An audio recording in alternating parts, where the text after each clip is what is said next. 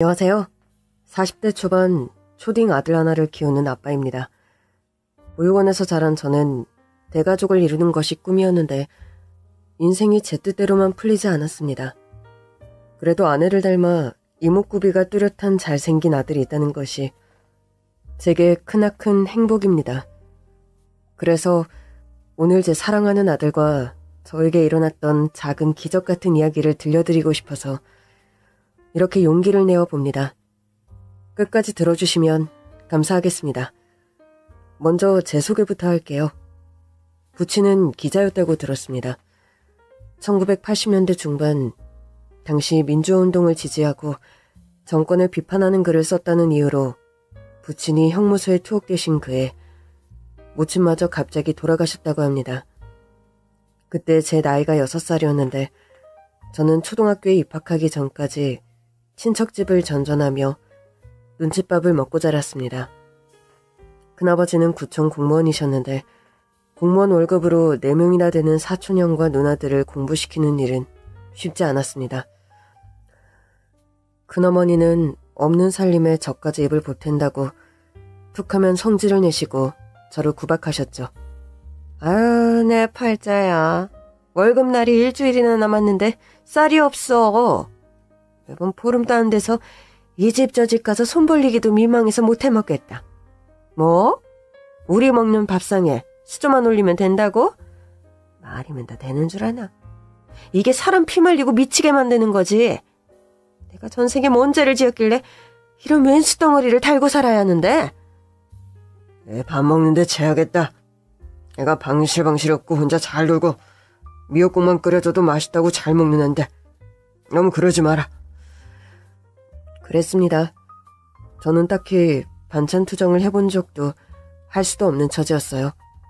그저 미역국 하나만 있어도 다 되는 아이였는데 그럼에도 없는 살림에 숟가락 하나 얹어서 아이를 하나 더 키워야 했던 큰엄마에겐 부담이 컸던 모양입니다. 고봉밥을 주는 형들과 달리 제 밥그릇은 반도 채워지지 않아 헐빈했습니다. 결국 열병과 영양실조로 죽기 직전까지 갔을 때 저는 보육원으로 가게 됐습니다. 그때 제가 보육원에 가지 않았다면 아마 저는 이 세상 사람이 되지 못했을 거예요. 오죽했으면 보육원에서 더 배불리 많이 먹는다는 느낌을 강하게 받았을까요? 요즘 영양실조로 들어오는 애들 드문데 혁진아, 많이 먹어? 밥 한 톨 남기지 않고 식판을 싹싹 비우는 저를 보며 원장 선생님은 대견해 하셨어요. 이때부터 저의 빈 그릇 운동은 시작됐습니다. 반찬 투정을 하면서 밥을 남기는 같은 반 친구들이 도무지 이해가 되지 않았어요. 지금도 저는 다른 군것질은 잘하지 않고 삼시세끼 설거지할 것도 없이 깨끗하게 싹 비우는 사람이 되었습니다. 어릴 때 꿈은 기자였습니다. 아버지처럼 소신 있는 기자가 되고 싶었어요. 나름 공부도 열심히 했습니다. 그런데 중학교 1학년이 됐을 때 아버지가 석방되자마자 병에 걸려서 돌아가시는 바람에 저는 진짜로 천의 고아가 됐습니다. 아버지가 형무소에서 나오면 같이 살 수 있을 거라는 희망의 끈을 붙들고 악착같이 살았던 저에게 부친의 부고는 절망적이었어요.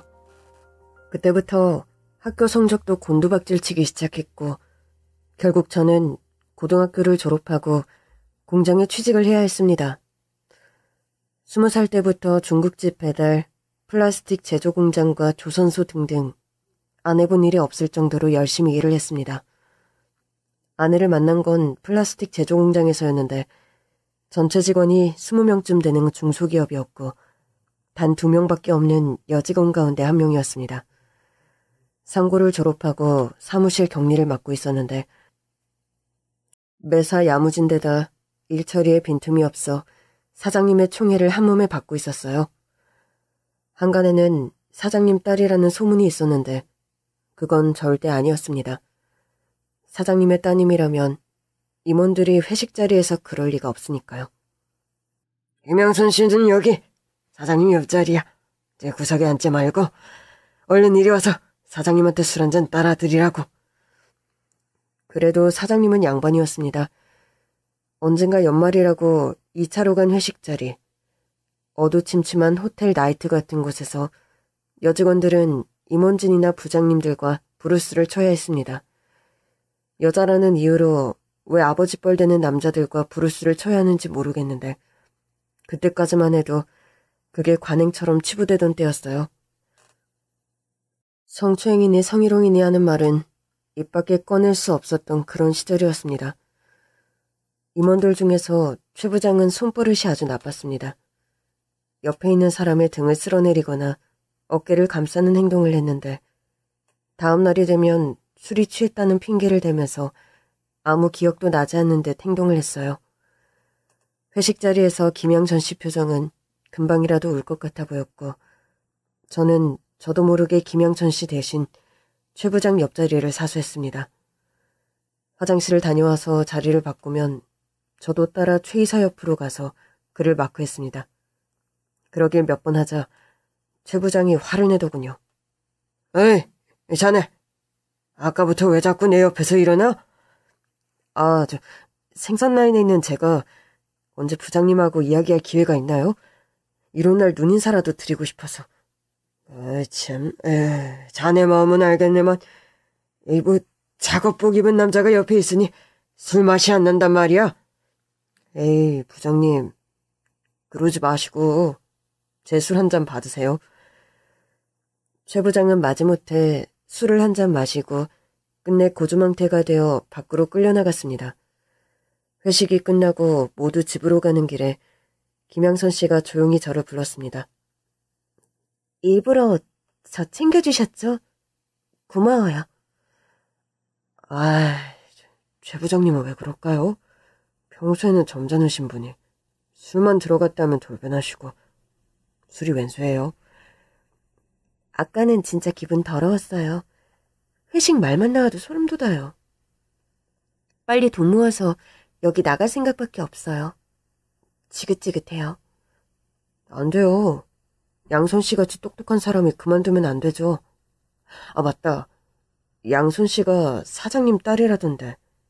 그래도 돼요? 그럴 리가 없잖아요. 제가 어딜 봐서 사장 딸 같아요? 왜요? 뭔가 양손 씨한테서 뿜어져 나오는 아우라는 재벌집 막내딸인데요? 맙소사. 그런데 저 늑다리들이 치근덕 내겠어요? 사장님하고 아무 상관없어요. 전 정말 제가 목표하는 금액만 벌면 그만둘 거예요. 그렇게 싫어요? 아저씨들은 왜 그러는 걸까요? 이 회사 사람들만 그러는 걸까요? 얼마 전에는 김 부장님이 업무 때문에 저녁을 같이 먹자고 해서 그런 줄 알고 나갔던 적이 있어요. 그런데 저보고 사귀자는 거예요. 제가 착해서 좋다면서. 김 부장님 결혼하셨잖아요. 사모님도 계시고 애가 이번에 대학에 들어갔다고 하셨는데. 그러니까요.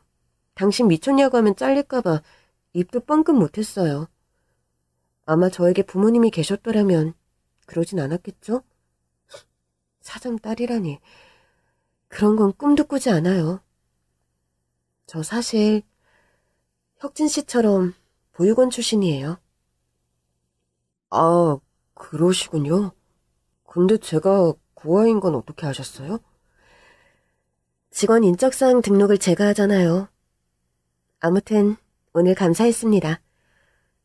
양선 씨와 저는 자주 눈인사를 나누고 사무실에 가면 자연스럽게 그녀의 자리를 눈으로 쫓으며 점점 가까워졌습니다. 우리는 같은 처지여서 서로를 더 잘 이해해 주었습니다. 양선 씨는 갓난아기 때부터 보육원 생활을 했다고 했어요. 그래서 부모님에 대한 기억은 아예 없었고 당연히 친지나 다른 형제에 대해서도 기억이 없다고 했어요. 혁진 씨는 부모님 얼굴 기억나요? 네. 엄마가 제 6살 때 돌아가셨으니까 기억은 나죠. 그런데 어렴풋하게 나요. 아빠도 사진으로 본 게 더 익숙하고. 양손 씨는요? 전 갓난아기 때 버려졌대요. 제가 처음 걷고 말을 하고 엄마라고 부른 사람이 보육원 선생님이었던 거죠. 초등학교 들어갈 때까지만 해도 선생님이 제 진짜 엄마인 줄 알았어요. 나중에 제가 고아라는 사실을 알게 되었을 때 저를 낳아준 부모님 사진이라도 있다면 좋겠다고 생각했어요. 내가 누군지 어떻게 태어났는지 알 수가 없어서 당황도 많이 했거든요. 그런 것 치고는 명문상고까지 나오셨는데요. 악으로 깡으로 공부했죠. 지금 여기도 악으로 깡으로 버티고 있어요. 어떻게든 목표한 돈만 모으면 나가서 내 가게를 차릴 거예요. 양선 씨 꿈이 돈 모아서 여기 그만두는 거라고 그랬죠? 저도 그래요. 돈 벌어서 제 가게를 차리고 싶어요. 그러니까 양선 씨, 제 말은 제 미래에 양선 씨가 있었으면 한다는 거예요. 뭐든 양선 씨와 같이 하고 싶어요. 그러니까 저랑 사귀어 주세요. 정말 저 같은 사람이라도 괜찮아요? 양선 씨가 어때서요? 양선 씨는 제가 아는 사람들 중에 제일 똑똑하고 제일 착하고 제일 예쁘고 제일 다정해요. 저도 양선 씨한테 어울리는 좋은 사람이 될 거예요. 양선 씨, 저를 믿어주세요. 저는 혁진 씨가 좋은 사람인 거 알아요. 잘 알아요. 그럼 저랑 사귀어 주시는 거죠? 우리 오늘부터 1일이죠? 맞아요? 네, 그래요. 우리 오늘부터 사귀어요. 저는 여자친구와 처음 해보는 것들이 너무 많았습니다. 발렌타인데이에 초콜릿도 선물 받았고 화이트데이에 사탕도 선물했습니다. 평생 제 인생에는 없을 것 같았던 달콤한 시간들이었어요. 혁진 씨는 참 맛있게 먹네요. 입맛 없는 사람도 젓가락 들게 만들 만큼요. 제가 먹는데 한이 있어서요. 눈칫밥을 많이 먹었거든요. 이제 함께 모은 돈으로 작은 식당이라도 차려요. 평생 배를 굶지 않게. 좋죠? 먹어본 사람이 맛을 안다고. 밥집 차리면 잘할 자신이 있어요. 빨리 돈을 모았으면 좋겠어요. 회식 때마다 독한 마음 먹는 것도 너무 힘들고. 양선 씨, 조금만 참아요. 저만 믿어요. 저희는 약속한 대로 함께 모은 돈으로 작은 식당을 차릴 꿈을 꾸며 우리의 꿈에 한 발 한 발 다가갔습니다. 주말이면 둘이 손을 잡고 동네를 돌아다니며 식당을 차릴 장소를 물색하는 재미가 쏠쏠했습니다. 하루빨리 우리가 목표로 하는 돈을 모으고 싶다는 생각이 간절할 때 누군가 저에게 아주 솔깃한 제안을 했어요. 강주임, 그 이야기 들었어? 저기 경기도에 국내 최대 산업단지를 조성한다던데. 알아? 아니요, 처음 듣는데요. 그건 왜요? 아니, 내 고종사촌의 친구의 후배가 거기 건설 현장에서 노가다를 뛰는데 말이야. 한 2년 일하면 7천만 원을 모을 수 있다지 뭐야? 2년에 7천이요? 대기업 연봉보다 더 빵빵하잖아요. 근데 출퇴근은 힘들고 숙소에서 3인 1조를 지내야 한대. 그 정도면 충분히 지낼 수 있을 것 같은데요?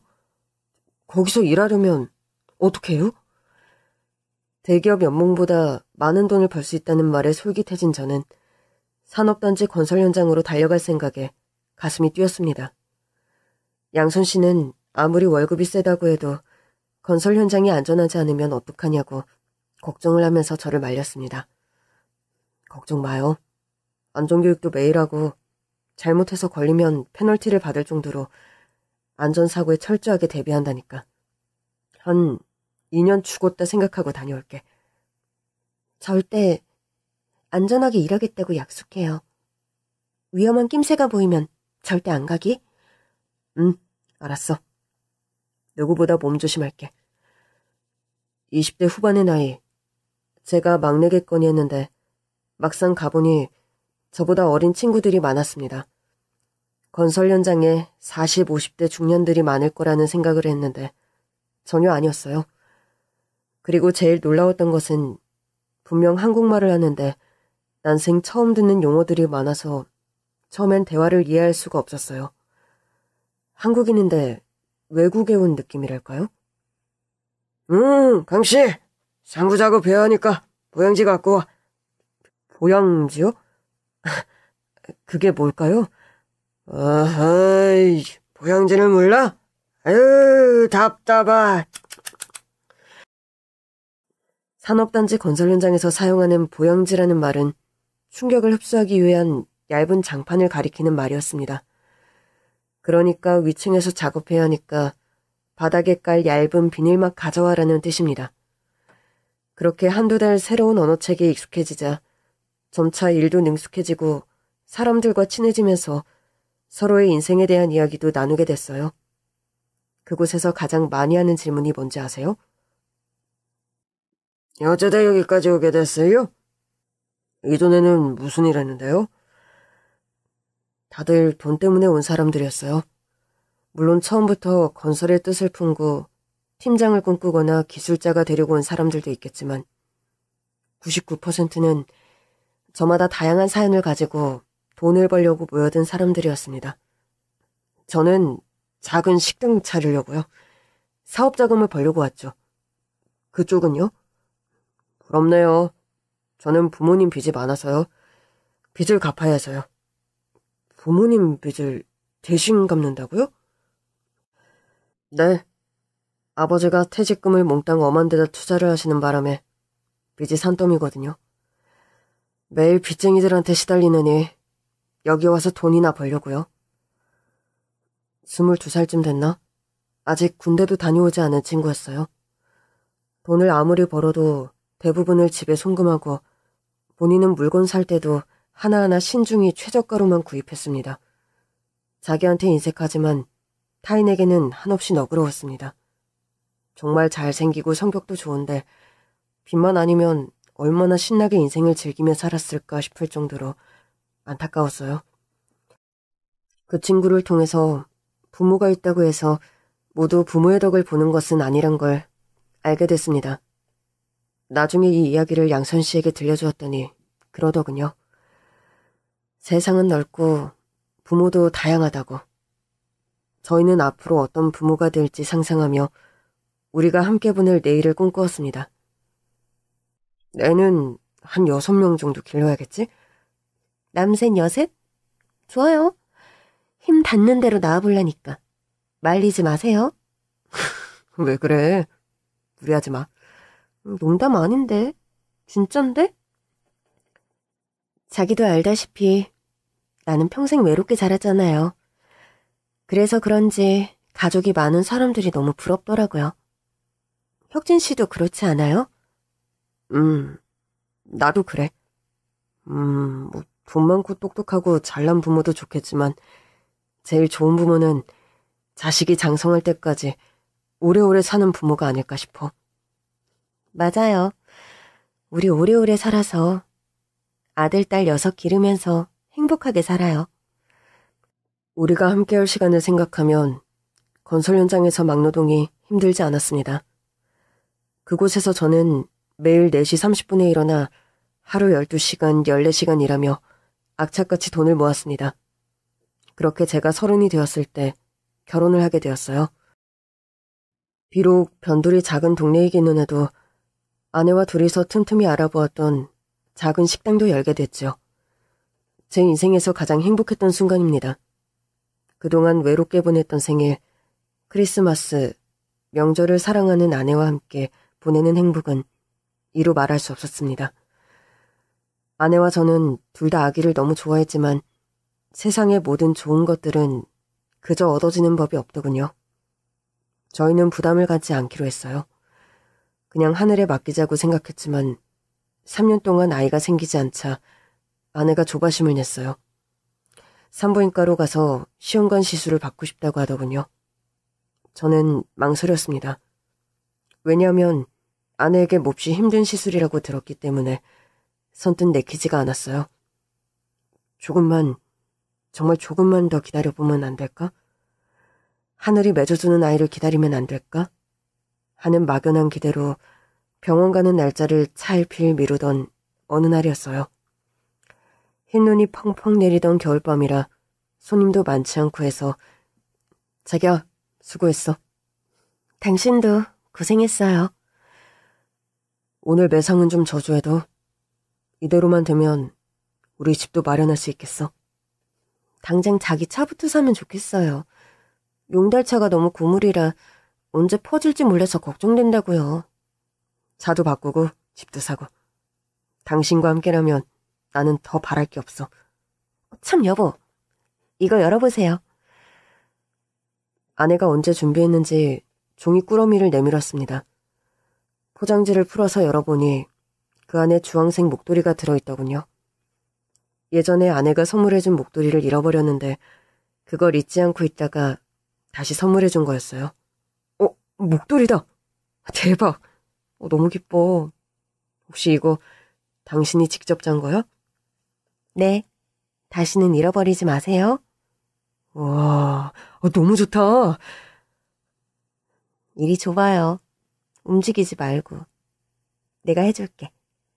와, 좋다. 너무 따뜻해. 누구 신랑인지 정말 잘생겼네. 그런데 이건 뭐야? 이 앙증맞은 양말은. 열쇠고리 그런 건가?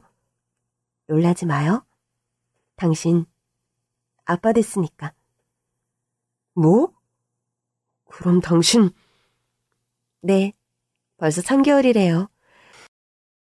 이제 당신 아빠 될 준비해야 해요. 할 수 있어요? 당연하지. 저는 너무 기뻐서 아내를 얼싸안았습니다. 당장 상가로 달려가서 꽃다발과 케이크를 샀습니다. 꽃다발을 받아든 아내가 펑펑 울었습니다. 우리끼리 소박한 축하 파티를 열었어요. 그날부터 아내가 먹고 싶다는 것은 무엇이든 구해왔습니다. 삼겹살이 먹고 싶다고 하면 식육점에서 제일 맛있는 고기를 떼왔고, 한겨울에 수박이 먹고 싶다고 해도 어떻게든 구해왔습니다. 아내는 벌써 아이가 먹고 싶은 게 막 땡긴다고 했는데 그것도 마냥 이뻐 보였습니다. 아내의 몸이 점점 무거워지면서 산후조리원도 예약했습니다.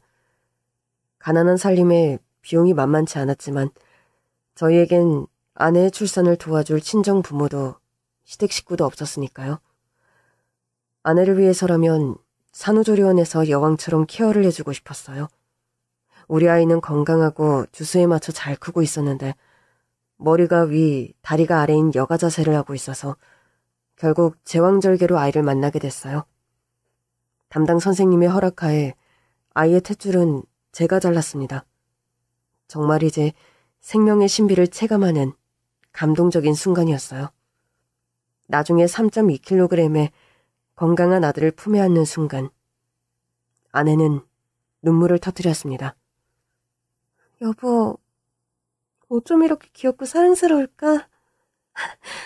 젤리캣보다 더 작아. 처음 세상에 나왔을 때는 진짜 피똥이었는데 금세 인물이 훤해졌네. 여보, 내가 부서질 것 같이 너무 작아서 무서워. 목에 힘이 없어서 더 무섭지? 한 손으로 우리 처리목을 이렇게 받쳐주면 돼. 아이는 제가 생각한 것보다 더 귀엽고 사랑스러웠습니다. 우리 부모님도 이런 마음이었겠지? 우리를 낳았을 때 말이야. 사정이 있어서 헤어졌을 거야. 아이를 낳고 보니까 알겠어. 이렇게 천사 같은 아이를 일부러 버리는 그런 모진 부모는 없어. 그럴 거야. 피치 못할 사정이 있어서 헤어진 걸 거야. 당신 말이 다 맞아. 그렇게 저희는 우리 인생에 인연이 닿지 않았던 부모가 되었습니다. 아이를 육아하면서 하루가 다르게 성장하는 걸 보면 신기하기도 하고 벅찬 감정이 피어올랐습니다. 여보, 여보, 이것 봐. 우리 우철이 그림 좀 봐. 이거 완전 고흐 작품이야. 고흐? 그냥 노랗게 색칠한 것 같은데? 정말 잘 봐. 이 터치, 이 색감. 고흐의 해바라기 같잖아. 누굴 닮았는지 그림을 너무 잘 그린다. 당신 닮아서 그런가 봐. 아이들 키우다 보면 잠깐씩 내 아이가 천재가 아닌가 착각하는 빛나는 순간들이 종종 있죠. 아들치고 빨리 말문을 틔웠다고, 6살에 한글을 뗐다고, 아들이 암산까지 잘한다고, 아내는 혹시 우리 아들이 천재가 아닐까 착각을 하고는 했어요. 여보, 우리 우철이 진짜 똑똑해. 남자애들 말 느린 거 알지? 근데 우리 아들은 여자애들보다 더 빨리 말을 했다고. 한글도 빨리 뗐지, 암산도 잘하지. 노래도 잘 불러. 어떡해? 여보, 어릴 때는 다 집중력이 뛰어나서 그런 거야. 지금은 모르지. 학교에 들어가 봐야 알지 않을까? 아니야. 우리 영재교육 준비해야겠는데? 우리 돈 더 열심히 벌자? 솔직히 말해, 저희는 아들이 외동으로 자라는 것이 마음에 걸렸어요. 대가족에 대한 로망이 있었던지라 아이에게 형제자매를 만들어주고 싶었어요. 하지만 인생은 제 뜻대로 되는 게 아니었죠. 아들은 외동으로 9살이 되었어요. 여보, 괜찮아? 왜? 또 발이 저려? 아니야. 왜? 또 무서운 꿈 꿨어? 응. 요즘 자주 그런 꿈을 꾸네? 응. 내가 찾아봤는데 이거 도플갱어 같아. 도플갱어? 그게 뭔데? 누군가랑 똑같이 생긴 사람을 말하는 거야. 이 지구상에는 나와 똑같이 생긴 사람이 살고 있대. 그런데 그 사람을 현실에서 만나면 죽게 된다지 뭐야? 응? 그런 게 있어? 뭐 생룡 같은 건가? 아무리 그래도 나랑 똑같이 생긴 사람이 어디 있겠어? 아니야, 있어. 그걸 당신이 어떻게 확신해? 뭐라 말하기는 어려운데 나는 도플갱어가 있는 것 같아. 한 번씩 꿈에 나타난단 말이야. 나랑 똑같이 생긴 사람이 나를 쳐다보는 꿈을 꾸거든. 행복한 눈빛을 하고 있다가도 이내 슬픈 얼굴이 돼버려서 꿈에서 그 사람을 볼 때마다 마음이 아려. 그런 거 개꿈이야. 당신 허해서 그래. 보약이나 한 제 지어줄게. 아니야, 있어. 우리 지구에 80억 인구가 사는데 그중에 나를 닮은 사람이 있을 수도 있잖아. 도플갱어를 보면 죽는다며. 안 되지 그럼. 절대 만나면 안 돼. 아내는 몸이 피곤할 때 한 번씩 악몽을 꾸고는 했지만 저는 대수롭지 않게 생각했습니다. 그리고 며칠 뒤 어린이날이라 아들 녀석을 데리고 어린이 사생대회에 참석했습니다. 그림 그리기를 좋아하는 아들이 학교 선생님의 추천을 받아서 나가게 됐어요. 돗자리 위에 배를 깔고 엎드린 자세로 작은 스케치북에 무언가 열심히 그리고 있는 아들의 손놀림을 보니 흐뭇했습니다. 아들은 그림을 그리면서도 조잘조잘 잘도 떠들어댔어요. 아빠, 그림 다 그리고 나면 놀이공원 갈 거지? 그러자. 오늘은 우철이의 날이니까 우철이가 하고 싶은 거 다 해. 나 엄마랑 바이킹 타고 싶어. 그러자. 범벅카도 탈래. 회전목마는 시시해. 민호기는 키가 커서 롤러코스터도 탈 수 있대. 나도 타고 싶은데 엄마랑 같이 타면 안 될까? 놀이기구 규정을 지켜야 할걸? 엄마는 우철이랑 하면 뭐든 좋아. 그림을 제출하고 놀이공원에 다녀오던 길이었어요. 아이가 신나게 노는 것만큼 흐뭇한 일이 또 있을까요? 행복은 멀리 있지 않다고 생각하고 집으로 돌아오는 길, 저희 가족은 끔찍한 사고를 당하고 말았습니다. 고속도로로 진입했는데 옆 차선에서 달리던 SUV 승용차가 갑자기 진로를 바꾸려고 했어요. 급하게 끼어드는 차를 피한다고 핸들을 돌렸는데 그만 제 차가 오른쪽 가드레일을 들이받고 전복되는 사고가 발생했습니다. 차가 전복되고 정신이 아득해지는데 저 멀리 화물차 한 대가 들어놓은 저희 차를 향해 달려오는 것이 보였어요. 아, 맙소사. 여보, 우철아! 그리고 정신을 잃었습니다. 그날 조수석에 앉아있던 아이는 크게 다쳐 병원으로 옮겨졌지만 안전벨트 덕분에 생명에는 지장이 없었습니다. 저는 한쪽 다리가 으스러져서 수술을 받았고 이후 휠체어 신세가 되었습니다. 뒷좌석에 앉았던 제 아내는 심하게 다쳤고 현장에서 숨졌다고 하더군요. 차가운 시신을 확인해야 하는 과정은 너무 힘들었어요. 제 다리를 잃어버린 것보다 더 마음이 미어지고 아팠습니다. 여보, 우리 아이 6명만 키우기로 했잖아. 우린 부모도 없고 일가 친척도 없는데 당신마저 떠나면 나는 어떡해. 나한테 이러면 안 되지. 우리 우철이 천재라고 하버드 보내야 한다며. 태어나자마자 엄마 불렀다고 천재라고 당신이 그랬잖아. 우철이 엄마 껌딱지인데 우리 우철이를 두고 어떻게 눈을 감을 수가 있어. 우리 두고 어떻게 그럴 수가 있어. 우리는 어떻게 살라고. 양선아. 정말 미친놈처럼 울고불며 아내의 이름을 불렀습니다. 솔직히 제 아내의 죽음도 저에게 닥친 장애도 믿기지 않았습니다. 장례를 어떻게 치르고 아내를 어떻게 보내는지 기억이 나지 않아요. 그때 처음 알았어요. 너무 충격을 받으면 아무 생각도 나지 않고 그냥 몸이 머리부터 발끝까지 다 타서 없어진 것 같은 느낌이 든다는 걸. 지금도 그때를 생각하면 악몽을 꾼 것처럼 흐릿합니다.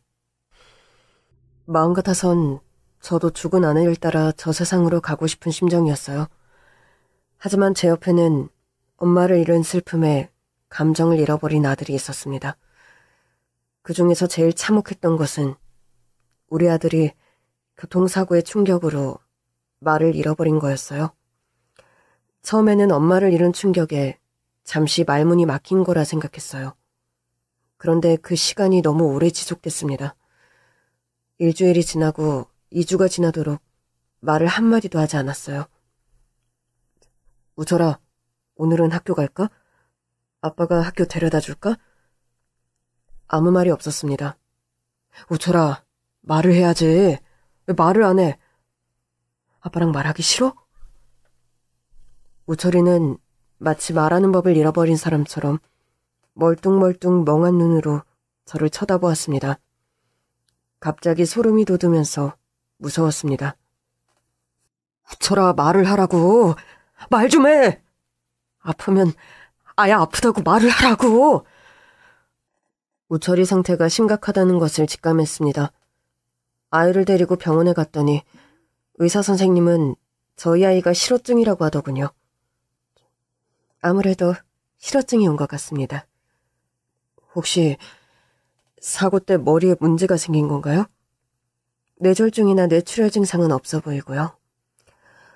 교통사고 충격으로 언어를 이해하고 표현하는 뇌의 능력이 손상됐다고 봐야겠죠.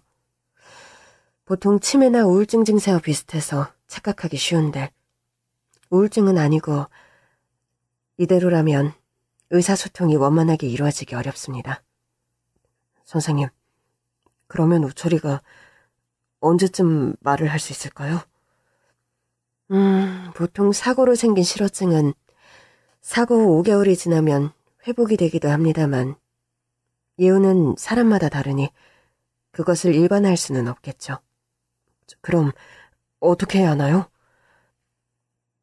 언어 재활 치료를 비롯해서 약물 치료, 뇌자극 치료를 병행해 보시죠. 재활 치료는 무엇보다 지속적으로 꾸준히 해야 호전이 빠릅니다. 한 6개월 동안 3가지 치료를 해보시죠. 네, 선생님. 선생님만 믿습니다. 제발 우리 아들 좀 살려주세요. 재활치료 몇 달 후 말은 못하고 그림으로만 의사표현을 하게 됐습니다. 처음엔 스케치북을 어둡고 아무런 색으로 색칠하더군요. 6개월 동안 열심히 병원에서 치료를 받았지만 차도가 보이지 않았습니다. 그나마 검정색 일색이던 그림이 조금씩 색을 찾아갔다는 정도랄까. 그렇게 아내가 죽은 지 1년이 다 되어갔습니다. 저는 불편했지만 점차 휠체어 생활에 익숙해졌고 장애가 있어도 일상생활이 가능하다는 것을 몸소 깨닫게 됐습니다. 우철이는 학교를 휴학하고 식당 한쪽 구석 테이블에 앉아서 그림을 그렸습니다. 매일같이 엄마의 얼굴을 그렸습니다. 우철이가 그리는 아내의 얼굴은 늘 눈물 범벅이었어요. 우철아, 엄마가 우철이 그림을 얼마나 좋아하는데. 이거 보면 삐지겠는걸? 엄마는 꽃처럼 화사하고 예쁜 사람이잖아. 그러니까 웃는 엄마 얼굴을 그려보면 어떨까? 좀 있으면 엄마 첫 기일인데 우철이가 근사하게 그려서 선물하면 어때? 우철이가 한참 생각하더니 비록 어두운 색이었지만 웃는 얼굴의 엄마를 스케치하는 걸 볼 수 있었습니다. 참, 이번에 엄마 물건 정리하면서 나온 건데 이게 뭔지 알아? 우철이가 갓난아기 때 사용했던 베넷 저고리, 태아일기를 적은 아기 수첩, 그리고 아내가 직접 손뜨개로 만든 신생아용 덧신을 보여주었습니다. 이거 우철이가 엄마 뱃속에 있을 때 엄마가 한 땀 한 땀 뜨개질로 만든 거야. 예쁘지? 아들인지 딸인지 몰라서 엄마가 좋아하는 핑크색으로 짰어. 우철이가 세상에 나올 날을 손꼽아 기다리면서 이 수첩에는 일기를 적었단다. 우철아, 엄마 보고 싶지? 엄마 보고 싶을 때마다 사진 보면서 우는 거 알아? 아빠도 그래. 아빠도 엄마가 너무 보고 싶어. 아들의 눈에 눈물이 그렁그렁 맺혔습니다. 우철아, 우리 우철이가 말을 안 하고 학교도 안 가는 걸 엄마가 알면 엄청 걱정할 텐데 어떡하지? 그러니까 우철아, 엄마 생각해서라도 얼른 기운내서 말도 하고 학교도 가고 예전으로 돌아가자. 응? 그러나 기적은 일어나지 않았습니다. 그렇게 아내의 첫 기일이 되었어요. 아내가 좋아하던 딸기 생크림 케이크와 닭강정을 사서 제사상에 올렸습니다. 아들과 단둘이 쓸쓸하게 아내의 제사를 지낼 준비를 하고 있는데 띵동하고 초인종벨이 울렸어요. 아내의 기일을 기억하고 찾아줄 사람은 아무도 없었기에 누가 왔는지 궁금했습니다.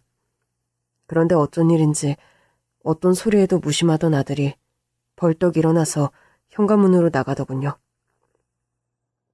아들 녀석은 상대가 누구인지 묻지도 않고 문을 벌컥 열어주었습니다. 그리고 1년 만에 처음으로 소리를 질렀어요. 엄마, 엄마, 엄마! 아들이 문 앞에 서 있는 여자에게 달려가서 그 사람을 덥석 안고 말을 쏟아냈습니다. 한번 말문이 트이자 말이 봇물 터진 듯이 쏟아져 나왔어요. 엄마, 왜 이제 왔어? 우철이가 얼마나 기다렸는데. 엄마, 내가 잘못했어. 엄마, 다시는 놀이동산 가자고 안 할게. 매일 엄마 그림 그리면서 기도했어. 그래서 하느님이 엄마를 보내준 거지. 그렇지? 그러니까 엄마 이제 죽지 마. 다른 데 가지 말고 내 곁에 있을 거지, 엄마. 엄마를 부르면서 아들이 대성통곡하는데 저는 이 상황이 어떻게 된 건지 의아해서 정신이 없었어요.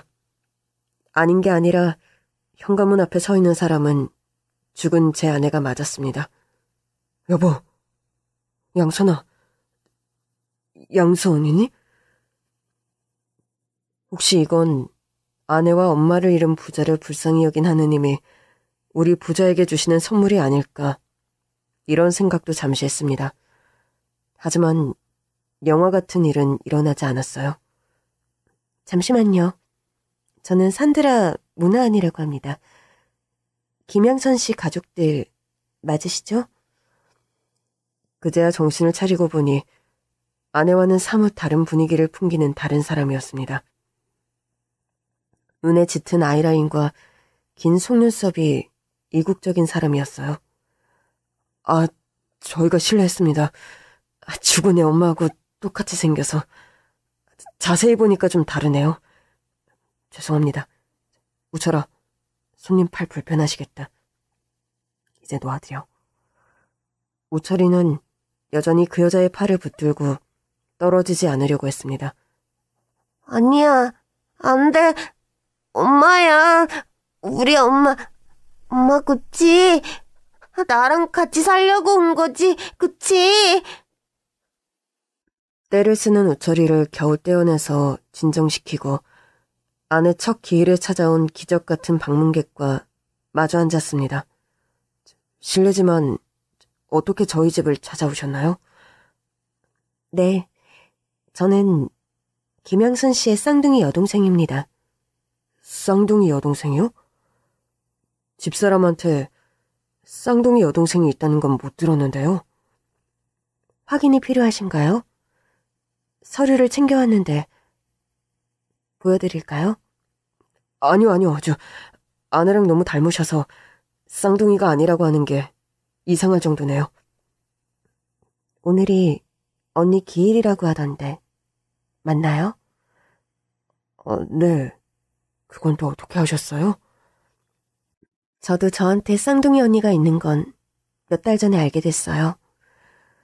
언니랑 저는 갓난아기 때 성당 안에서 베이비박스에서 발견됐대요.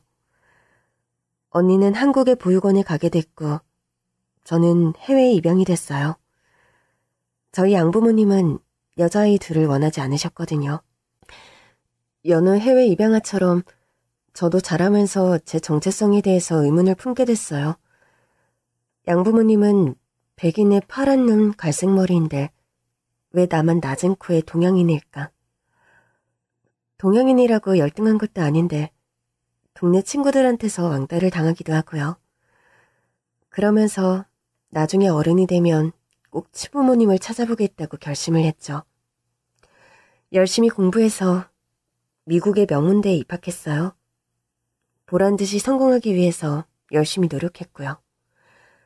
월스트리트에서 일하는 펀드 매니저와 결혼도 했어요.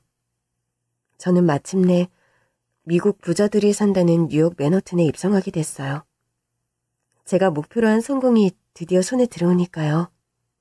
그제야 생각이 나더라고요. 제 친부모님을 만나고 싶다. 당당하게 만나서 당신들이 버린 아이가 얼마나 성공을 했는지 두 눈으로 똑똑히 보시라고 면전에 대고 말하고 싶더라고요. 그래서 저를 입양했던 단체에 문의를 했고 당시 입양 서류를 어렵게 구할 수 있었어요. 친부모님도 알 수 있었나요? 들어보세요. 부모란에 이름이 적혀 있어서 무지 기뻤어요. 당장 한국의 흥신소에 연락해 사람을 찾아달라고 했죠. 그런데 그 사람은 저희 친부모가 아니었어요. 성당에 버려진 저희를 발견한 신부님 이름이었어요. 실망했죠. 그런데 말이에요. 친부모는 알 수 없는데 그 신부님을 통해서 제가 쌍둥이라는 사실을 알게 된 거예요. 세상에, 내가 쌍둥이라니. 이 세상에 나처럼 생긴 누군가가 있다니 놀랍지 뭐예요? 너무 황당하기도 하고 웃기기도 하고 쌍둥이 언니는 어떻게 생겼을지 너무너무 궁금한 거예요. 그래서 흥신소에 부탁해서 김양선 언니의 뒷조사를 했어요. 그런데 언니가 지난해 벌써 이 세상 사람이 아니란 걸 알게 됐죠. 네, 조금만 더 일찍 알았더라면 집사람도 정말 좋아했을 텐데. 언니가 죽은 지 벌써 1년이 다 되어간다는 말을 듣고 슬펐지만 그냥 모른 척 아무 일 없었던 것처럼 살아가면 되겠다 했어요. 그런데 너무 궁금한 거예요. 언니가 사랑했던 가족들은 누굴까? 언니를 기억하는 사람이라면 누구라도 만나고 싶다. 내 유일한 핏줄 혈육인데 언니가 어떤 사람이었는지 어떤 인생을 살았는지 너무 궁금했어요. 그래서 무작정 한국으로 달려왔습니다. 여기 주소만 들고. 아, 그러셨군요. 우리 집사람이 궁금하셨군요. 네. 제가 한국을 방문하고 싶다고 했더니 남편은 반대를 했어요. 이미 죽은 언니네 가족을 만나서 뭘 하겠냐고요. 그런데요. 저는 아니에요. 쌍둥이 언니가 이 세상에 살았다는 걸 알았는데 어떻게 그래요? 제발 부탁인데 우리 언니 사진 좀 보여주실 수 있어요? 언니 사진이라도 보고 싶었어요. 아내의 쌍둥이 여동생이 눈물을 터뜨렸습니다. 만일 친부모를 찾으려고 하지 않았다면 몰랐을 친언니의 소식이었습니다. 저는 아내와 함께했던 사진들과 휴대폰에 저장되어 있던 아내 영상을 보여주었습니다. 처제라고 불러도 될지 모르겠는 아내의 여동생이 감탄을 연발하면서 아내 얼굴을 하나씩 하나씩 살펴보더군요. 언니는 제가 이 세상에 존재했다는 것도 모르고 갔겠죠? 그게 너무 서운하고 섭섭해요. 나는 언니를 이렇게 알게 됐고 그리워하는데 언니는 내가 있다는 것도 모른다고 생각하면 너무 슬퍼요. 아닐 겁니다. 아내는 어렴풋이 알고 있었던 것 같아요. 네? 그게 무슨 말씀이세요? 관절기에 감기에 걸리거나 몸살을 앓을 때마다 꿈을 꿨어요. 자기 자신과 똑같이 생긴 사람이 마주보고 있는 꿈을 자주 꿨어요. 정말요? 네. 아내는 그걸 도플갱어 꿈이라고 했는데 아마 무의식 속에서 쌍둥이 여동생을 기억한 게 아닐까 싶어요. 꿈에서 자기와 똑같이 생긴 사람을 보면 무섭기도 했지만 마음이 너무 아프고 슬프다고 했거든요. 막연한 그리움이 아니었을까. 언니?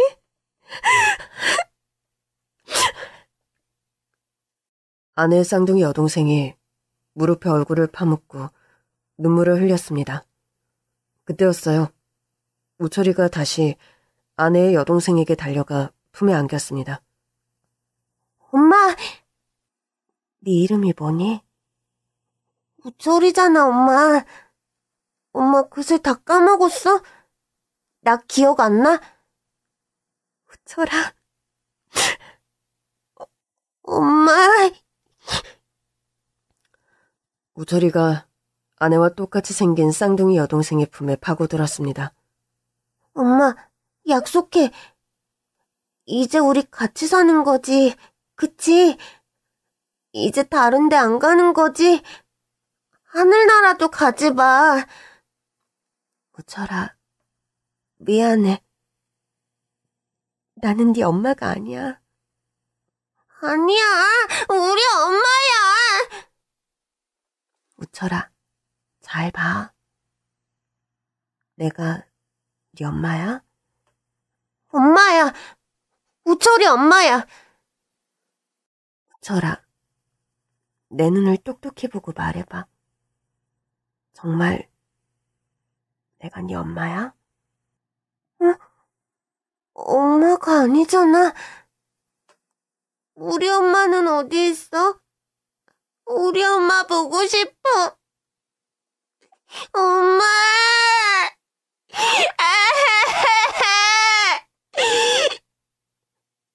우철이는 눈물을 흘리면서 대성통곡을 냈습니다.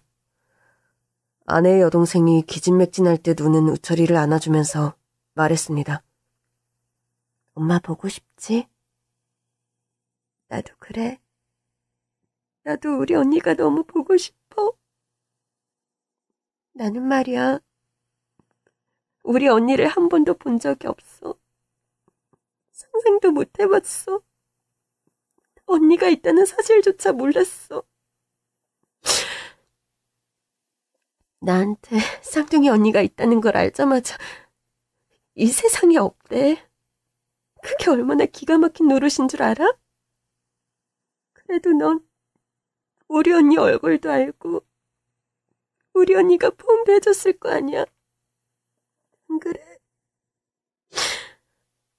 엄마, 엄마 보고 싶어.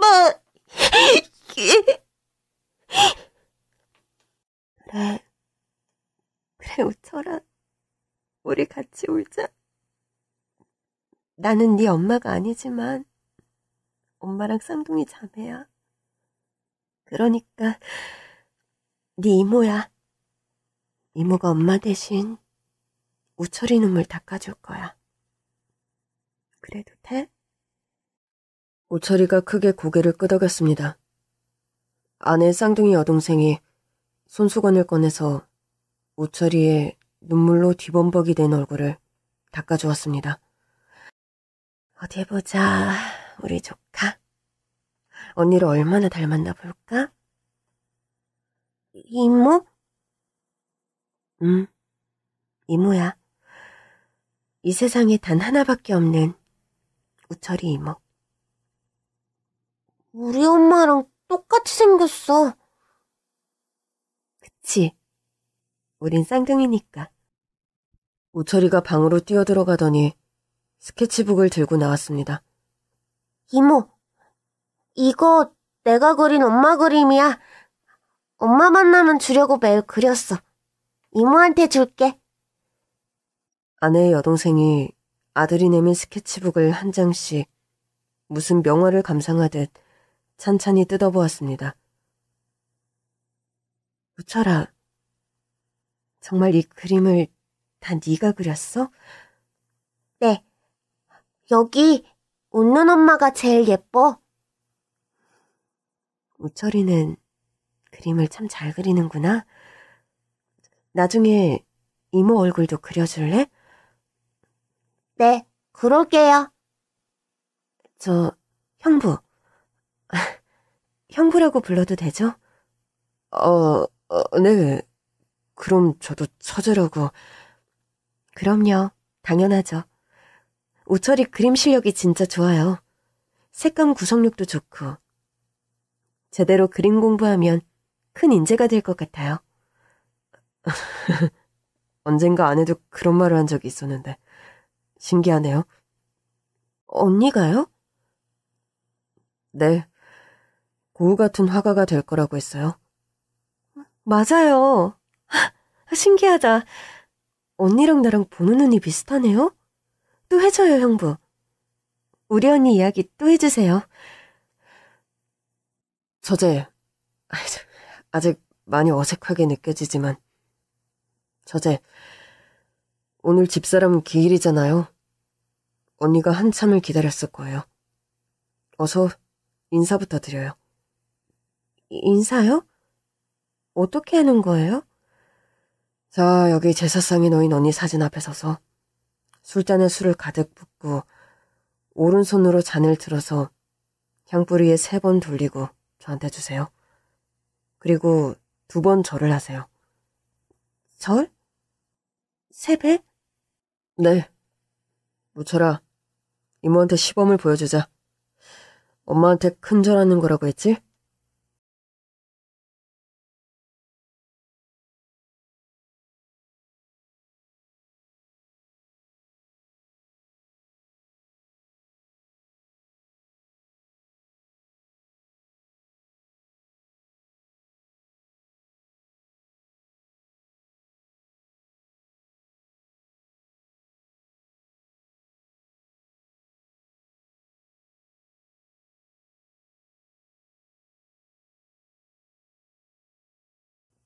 우철이가 제사상 앞에 큰 절을 2번 했습니다. 그 모습을 따라서 처제도 엉거주춤 절을 했어요. 여보, 당신 떠난 지 벌써 1년이야. 그동안 우리 부자가 어떻게 지내는지 모르겠어. 우철이 녀석 실어증에 걸려서 마음의 문까지 닫아버려서 너무 무섭고 외롭더라. 그래도 당신이 남기고 간 우리 우철이 생각하면서 이를 악물고 버텼는데 오늘 기적이 일어났어. 이거 당신이 준비한 선물이지? 맞지? 여기 당신 쌍둥이 동생이 우리 집을 찾아왔어. 당신 동생을 보고 후철이가 다시 입을 열었어. 그동안 말하는 법을 잃어버렸던 아이가 갑자기 말문을 열었어. 여보, 이거 기적 맞지? 당신이 우리한테 보내주는 선물 맞지? 언니, 나한테 쌍둥이 언니가 있다는 걸 알고 너무 기뻤어. 너무 보고 싶어서 한달음에 달려왔는데 내가 너무 늦었지. 왜 진작 알아보지 못했나 후회막심이지만 언니, 그래도 언니 가족들 만나서 감사해. 비록 언니를 볼 수 없지만 언니 가족은 내 가족이나 마찬가지잖아. 나한테도 나를 닮은 조카가 있어. 언니, 듣고 있어? 제사를 모시고 음식을 나눠 먹으면서 처제는 계속해서 아내와 만났던 이야기, 아내의 성격이나 버릇에 대해서 묻고 또 물었습니다. 처제랑 진짜 비슷해요. 목표 지향적인 성격까지. 집사람도 회사 다닐 때 가게를 차리겠다는 목표 하나만 보고 불도저처럼 직진하는 성격이었거든요. 진짜요? 진짜 나랑 비슷하네요. 또요, 또. 저랑 비슷한 게 뭐예요? 서재는 우철이에게 더 좋은 환경에서 그림 공부를 시키고 싶다면서 저희에게 미국으로 같이 들어가자고 제안을 했어요.